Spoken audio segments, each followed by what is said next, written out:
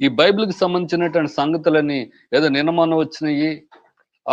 100 సంవత్సరాల క్రితం, 200 సంవత్సరాల క్రితం బ్రిటిషోళ్ళ ద్వారా వచ్చిందని మనం అంటున్నాం. కానీ చరిత్ర పుటల్లోనికెళ్ళినట్లయితే 2000 సంవత్సరాలు అంటే ఆ మొదటి శతాబ్దం, రెండవ శతాబ్దంలోనే దేవాది దేవుడు ఏం చేస్తున్నాడంటే ఆ యొక్క గమనించినట్లయితే తనకు శిష్యుడిని ఈ లోకానికి పంపించినటువంటి వారున్నారు. భారతదేశాన్ని పంపించినారు. ఆయన పేరే తోమా అని చూస్తుంటాం. ఆయన కేరళ ప్రాంతానికొచ్చి అక్కడ గొప్ప సువార్తను చేసి, తన పరిచర్యను అక్కడ జరిగించినట్లుగా ఇప్పటికి కూడా మనకి ఎన్నో ఆనవాళ్ళను మనం చూస్తూ ఉంటాం. అందుకనే సెయింట్ థామస్ మౌంట్ అని చెప్తుంటాము.